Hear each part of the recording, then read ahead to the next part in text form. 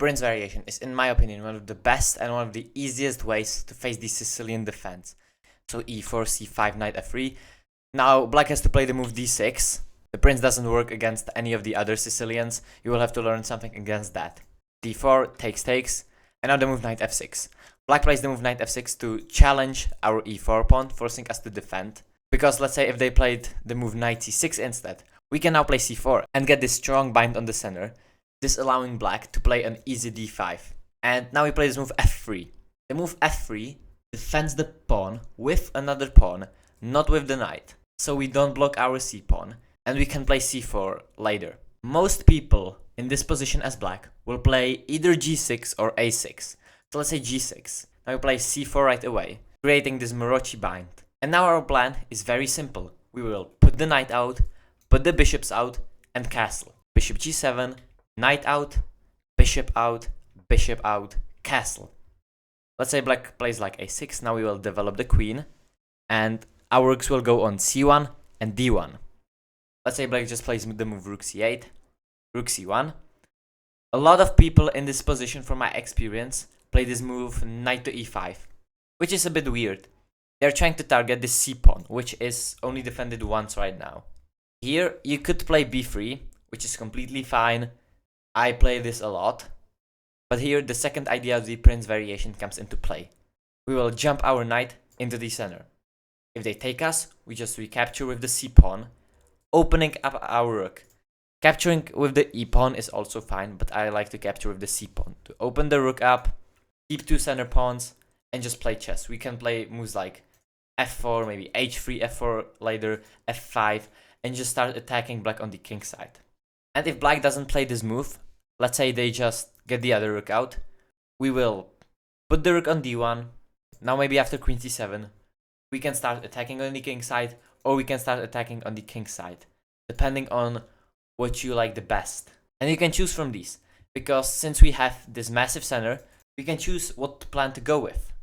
So in this position, a lot of people also play the move a6. And our setup is basically the same. We will play c4, and after the move e5, yes, you could retreat the knight to b3, but retreating the knight to c2 is better, because now that black has played the move e5, they have substantially weakened their d5 square, which was already weak before. And from the c2 square, we can reroute our knight back to target this d5 square. So black just develops, again, knight out, bishop out, castles.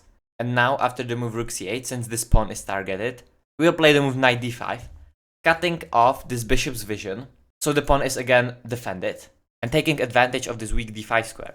Black's best option is probably to just take us. We will again recapture with the c pawn, and just be very happy. We will develop our pieces, rook e8, queen d2. Our next moves will be like rook c1. Maybe in these positions with e5, we don't want to play rook d1, because the d-file is closed.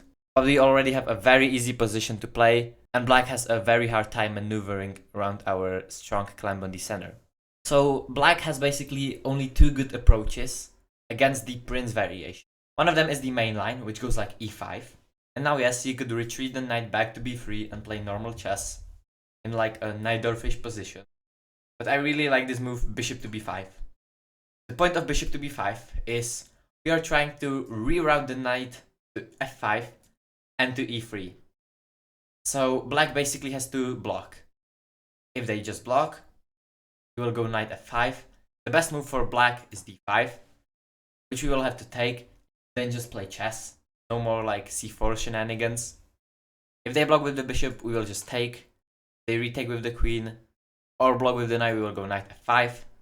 And now after the move d5, only in this variation you can't take, because your knight is hanging. So I like this move bishop to g5.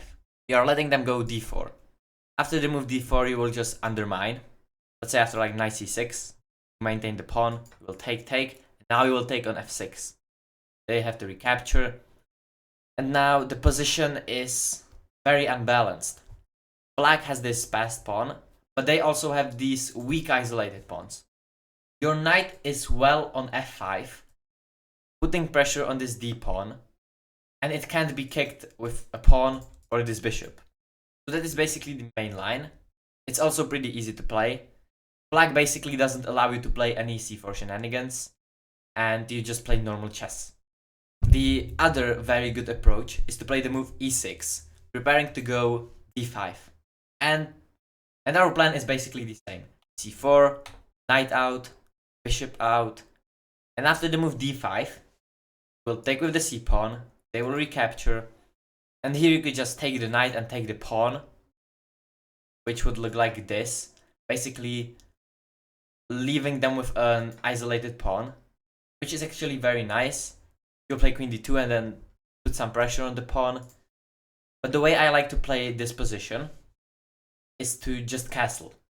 It's the third computer move, and it might be a little difficult to play, since if they take you, you will recapture, and now you are the one with the isolated pawn. But I'm saying this pawn isn't so bad, because it's defended with the knight. You can always play bishop to f3 and reinforce the pawn. This line in particular is a little bit dangerous, because black has the move bishop to c5, now knight to f5.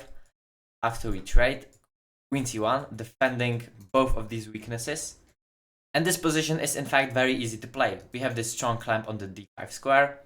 We will move the king, take advantage of the open rook file, and just play chess. If you don't like this position, you can just play the knight takes.